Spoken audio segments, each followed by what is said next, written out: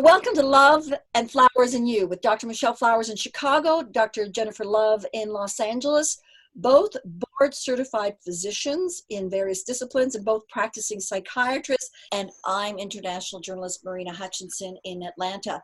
So they can't take new patients, but they are here to share all their information with you, and not as doctors, but as your friends. So consider them friends that you can ask questions to about whatever behavioral things you're concerned about, and you'll be able to send us questions to the email below. So Michelle, why did we want to talk about control this week? Well, there's a couple things. It's definitely something that I struggle with, and it's something that I've been really noticing a lot in my practice over the last few years is people who, what is this need for control, where I start to see people who can't let other people make decisions, and they end up, although they really love the people around them, alienating them because they constantly need to be in control. And over a period of years or decades, it happens so slowly that people just don't want to be around them anymore. It sounds like you're talking about something. Give us more details. What are we talking about? Are you talking about you? Are you talking about somebody? Oh, no. No, everybody wants to be around me. Yes, I would think so. I do. Some family that came to visit during the holidays? No, it's people in my office. I mean, Okay, I see this pattern of individual who is usually highly successful, and because of their high level of thinking ability, they've been able to get very far in life, and they come home, and in relationship, they still want to be in control all the time. This is the particular individual that I'm thinking about. I would say archetype of individual that I'm thinking about, but there are others. And I think it would cause them such pain to know that they're pushing people away because of their need to control, which probably comes from a place of pain to begin with. But what can we do about that? Like, how can we get this public service announcement out there about, listen, if you need to be in control all the time, take a step back because you're going to destroy your relationships. You know, there's an intensity behind control. And I think that there's like a gradation. So you remember in college when you were forced to do group projects, and it's like, okay, well, I know I have to get an A on this because I want to go to med school, and that guy over there like drools during lectures, and I'm supposed to let him lead. Like, that's not happening. And so there's times you really just have to be assertive and take control. And then there are other times where that gets taken to the extreme, and that's, I think, probably what we see in our practices, where people micromanage everything. Marina, you've even talked about this. Yes, absolutely. I'm completely relating to what you guys are saying. Yeah. And so what drives that micromanagement? What drives that person to need to oversee everything else? I think a lot of times it's stress and anxiety. What do you think, Michelle? Absolutely. And what I explain to people is that, look, this person around you, the reason they need to be in control is because ultimately they don't feel safe. Probably, right? Like you're describing that situation about, well, I'm trying to get into medical school, and if you're drooling over there in the corner, you're interrupting my sense of security. But sometimes people that are in control, like the instances I've noticed, and for example, there was something I was reading recently about how companies that are willing to be flexible, they're the companies like the Facebook and the Googles, they're the ones that are going to do better. And the companies that are not, they're the ones that are going to be held behind. And I see that some of the managers in these type of companies, they do have control issues, and they have to keep everything the way it was done in 1846 and, in 1900s. And they haven't moved to the 2019 mentality of giving people more ability to make decisions, because there's a lot of adults in these offices. And sometimes I look at them and I think they're just wired negatively. It's interesting. I think for some people it's about power. Mm-hmm. And if I'm like on you and on you and on you, and I'm your supervisor, it reminds you that I'm in charge and I know what I'm doing. The more you let someone run with something, the more control you give them, the more power you give them. And so the whole idea of, a boss and having people work for them is to empower the people who are around you, but there are a lot of people who aren't comfortable doing that, and they have to kind of micromanage everything. They have an opinion on everything, and it's about kind of maintaining a sense of power and importance, and a sense of value, to the point where it becomes so extreme they don't realize they're actually really devaluing themselves in the life in the eyes of the people around them. Exactly. And in fact, there was two managers that I'm currently working with. That one is the, you know, the most important manager and very powerful. And yet she is always open and listening and great. And everybody wants to work with her and help her. And she has a lot of power. And then there's the other ones below her that have to kind of flex their muscles. And lots of people do not like them and have expressed with me they do not like them because they're so controlling. So I wonder if I think these people don't realize how off-putting they've become, and that you're not getting the best out of your people as a manager when you are so off-putting, and you can have power and yet still be nice and give people control over their lives. Michelle, I'm nodding completely, because I think real leadership is about bringing out the best in others. And so even in that group project scenario, yeah, so there is a personality that is going to do better as the leader, but how do you get something out of that guy who doesn't really want to be there? And can you get some, or how do you get the whole group to work around him? And there are people that are better at that I think slide down this slope of taking leadership into a control place instead of listening place. Well, what about people, Michelle, so you're a parent, what about people who are like the controlling, like soccer parents? And so it's like, well, practice has to be at this time, and I'm going to bring the oranges, and the kids are going to wear this outfit, and kind of micromanaging all those little things. What do you say to like those parents, like the soccer moms? It could be dads too, but that kind of hyper controlling everything, like a helicopter parent. Right. So that is another flavor of this kind of control. And a lot of times I think there's so much pressure to get it right that you end up leading by making. are you saying hi? This is my son. Hi. Hi, Your podcast. Sorry, I just wanted to say hi to you. That's adorable. Yeah. So there are these people who are parenting, and because the pressure is on to get it right, they start needing to control their children because they're afraid. Again, it's that security. Now somebody's evaluating you, and are you safe and are you secure with your peers if your kid forgot their socks? Do you think it has anything to do with the activity itself? Do you think that the parent who's trying to control the soccer match or the soccer practice or whatever, do you think it has anything to do with the soccer practice at all? You know, that's a good question. I'm thinking about, okay, are there parents who are really controlling about homework, but don't care at all? You know, they're not controlling about their kids' athletic activities. They totally give them control over managing their situation.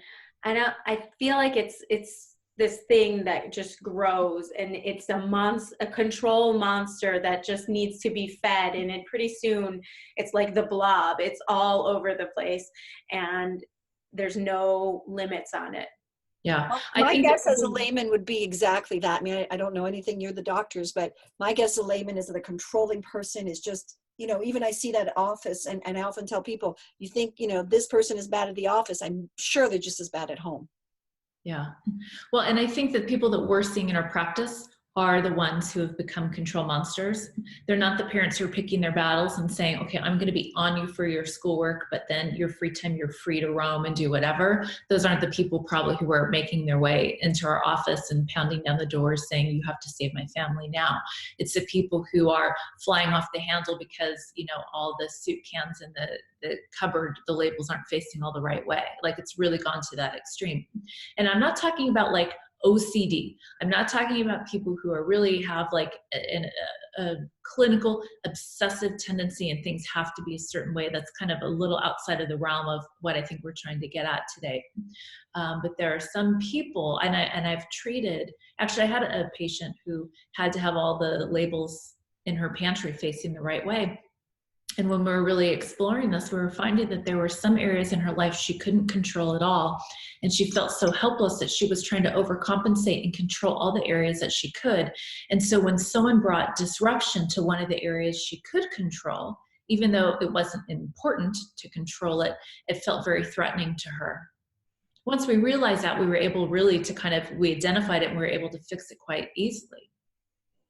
And, you know, I've read actually, and you guys probably have read this research from doctors as well, and that's actually somebody that you both know very well that told me this, that children of alcoholics tend to have control issues, that because they came home and the parents were, you never knew if they were going to be drunk or not, that a lot of children of alcoholics tend to be needing control for that same kind of reason, because they couldn't control their parents, so they need to control that. And I actually have a girlfriend who's extremely neat, and you know, and that's how her control has exhibited itself. And yes, and she had a raging alcoholic dad.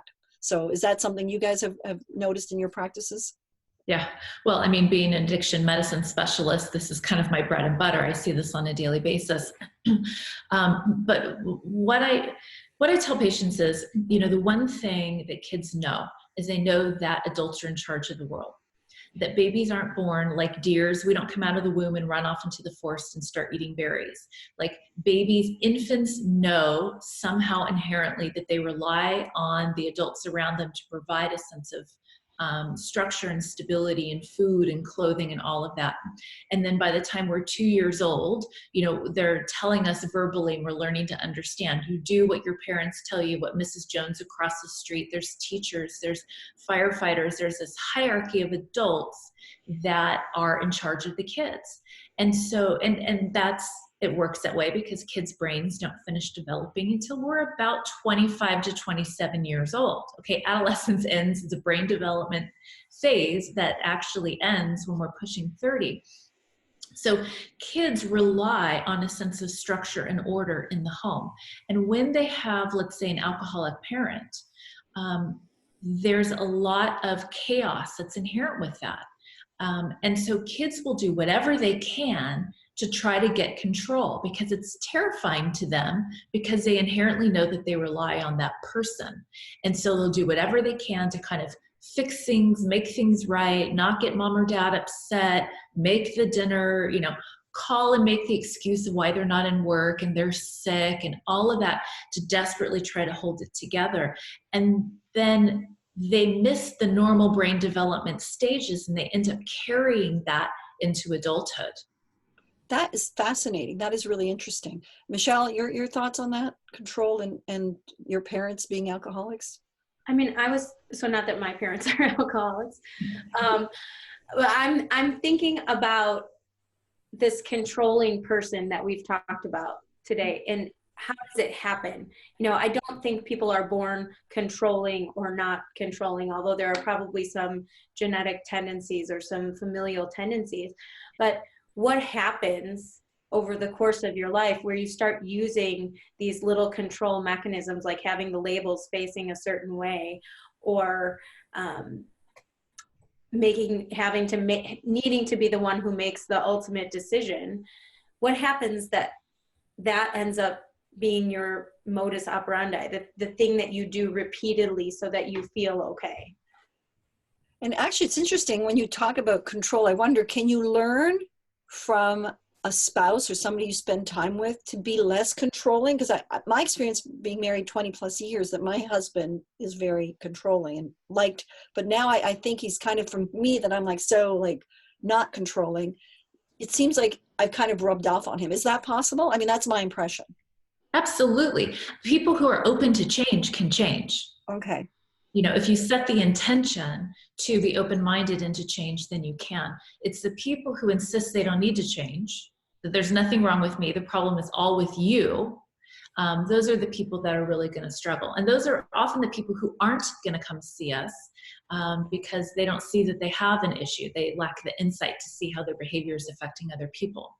But 100%, someone who says, you know what, I feel like I'm controlling in my family too much and I want to lighten up, that person can pick a word of the year of like lighthearted or letting go, or can pick a mantra or something and really bring that into every day of his or her life and can work on that and can be very successful with that. Michelle, I wanted to talk about also what Jennifer had mentioned earlier about pushing 30, that the brain development ends kind of around that age. And I know that like insurance companies, they want boys to be 25, and before that, the insurance rates are really much higher because of that inability to make good decisions.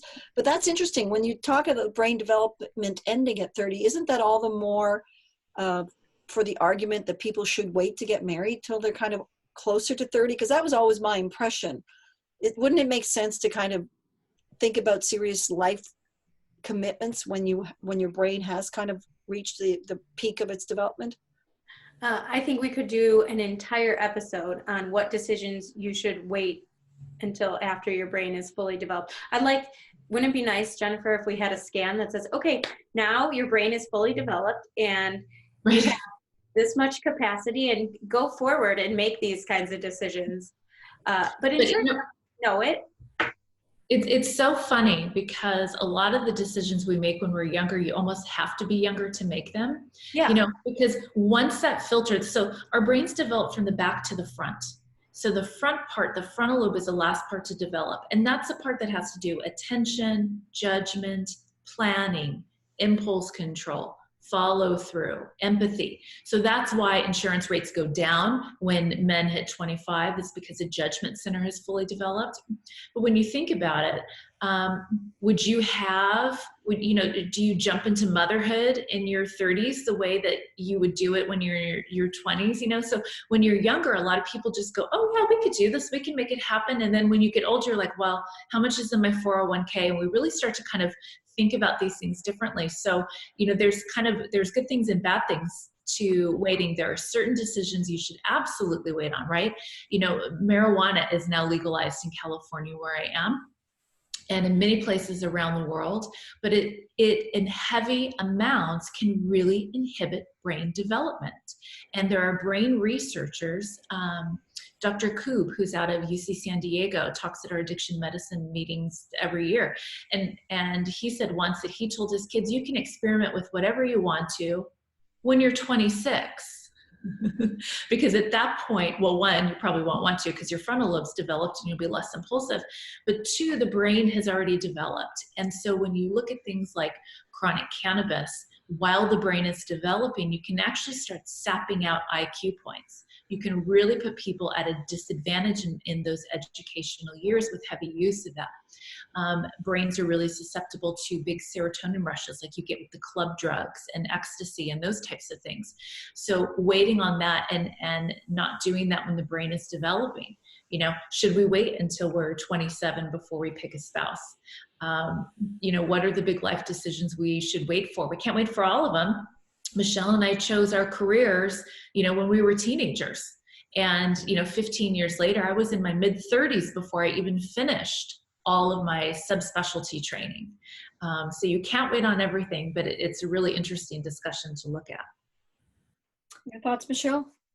Well, there's another piece of this that I think it's important to discuss when we're talking about control and why people choose marijuana or why people choose drugs. And I think that this control issue is a spectrum, right? So there are people that deal with the sense of out of control by turning their labels a certain way in the closet. And then there are people who deal with the sense of powerlessness or being out of control by saying, okay, I'm going to go with this. I'm going to go all the way with this.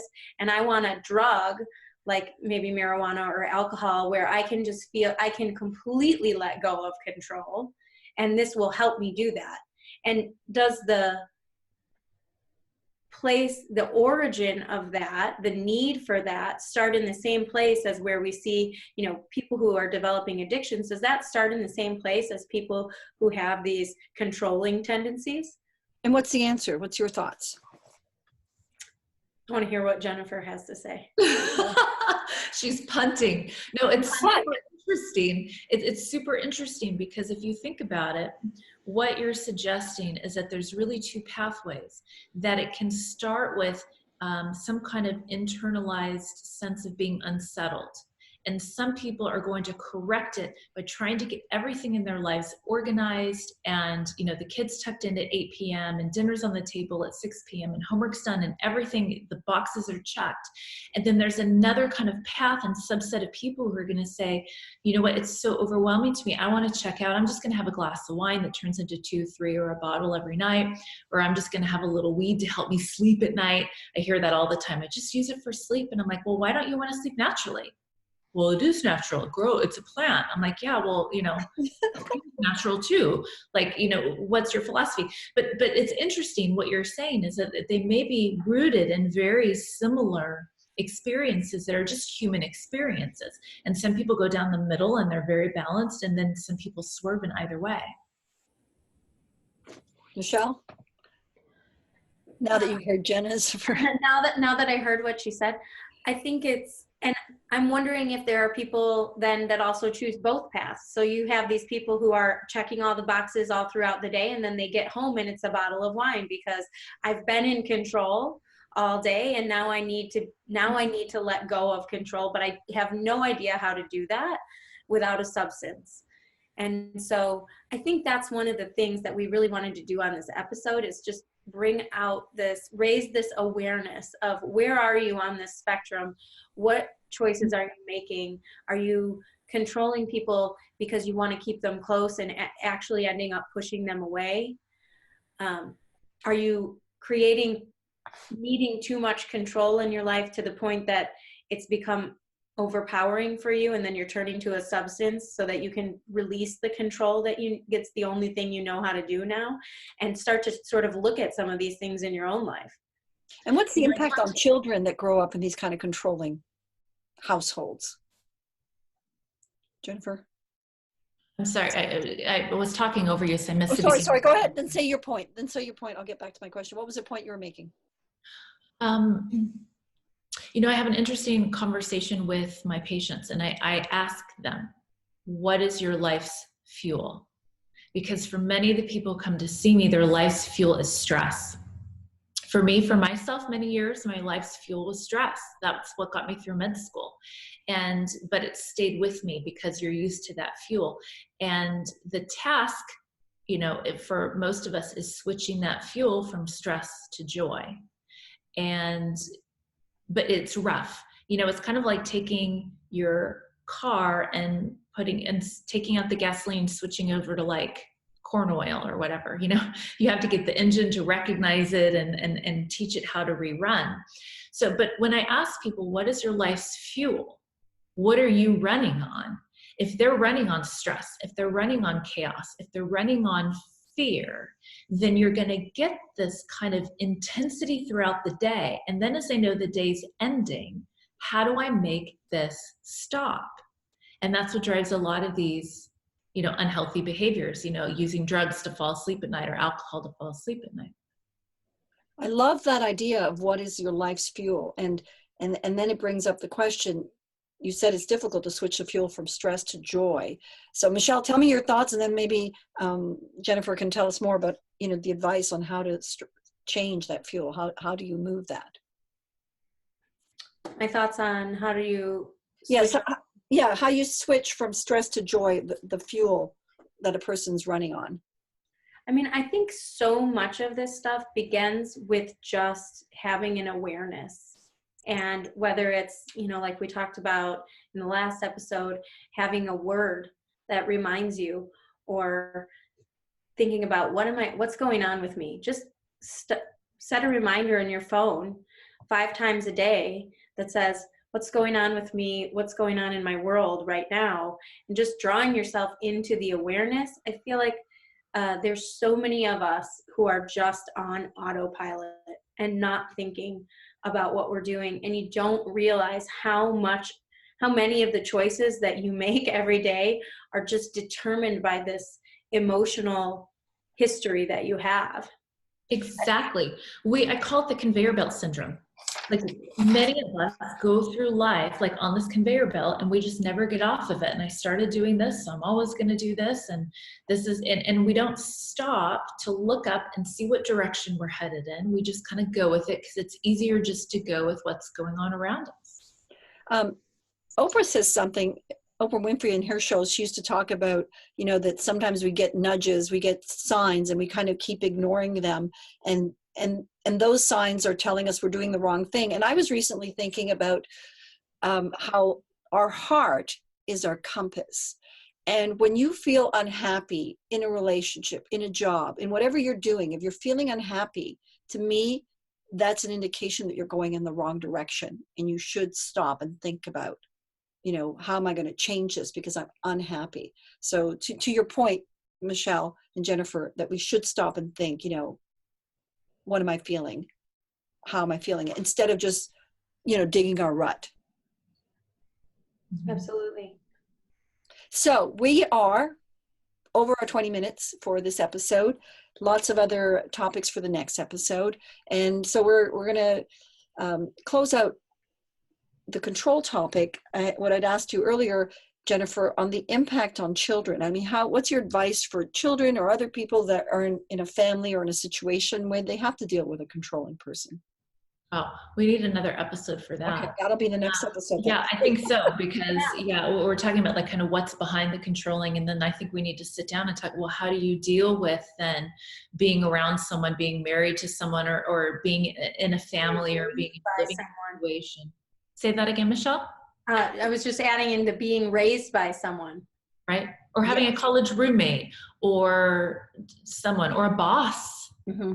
Exactly. And I noticed even, with my two daughters, one daughter, I just find she needs to have things done her way. And if it's not done her way, it's like, so I can't even argue with her. I just kind of let it go. I don't talk to her. That's my reaction. With my other daughter, I can actually have conversations, but certain things, my older daughter, I just know I'm going to let it go. So that's a whole other topic then, how to deal with people that are very set in their ways. Future podcasts. Okay. Well, and that's another thing we'll have to look at the end of the year, really think about the words we've chosen from the previous episode and see what we've done during the year to kind of accomplish following through on our words that we chose at the beginning of the year. So that's another thought I wanted to leave us with. So we're going to end this podcast for today. Thank you, Dr. Love and Dr. Flowers, for all this amazing information. And if you have any questions on this topic or others you want answers or possible solutions for, email us at loveandflowersandyou@gmail.com. So it is all spelled out. Love, Love, and AND, flowers, and you@gmail.com. loveandflowersandyou@gmail.com. That's the email. And please don't forget to subscribe and download the podcast so you don't miss out on any of this life-transforming information. Tune in to our next episode as Michelle and Jennifer continue guiding you to discover your own light and give you the tools on your path to a more fulfilling life.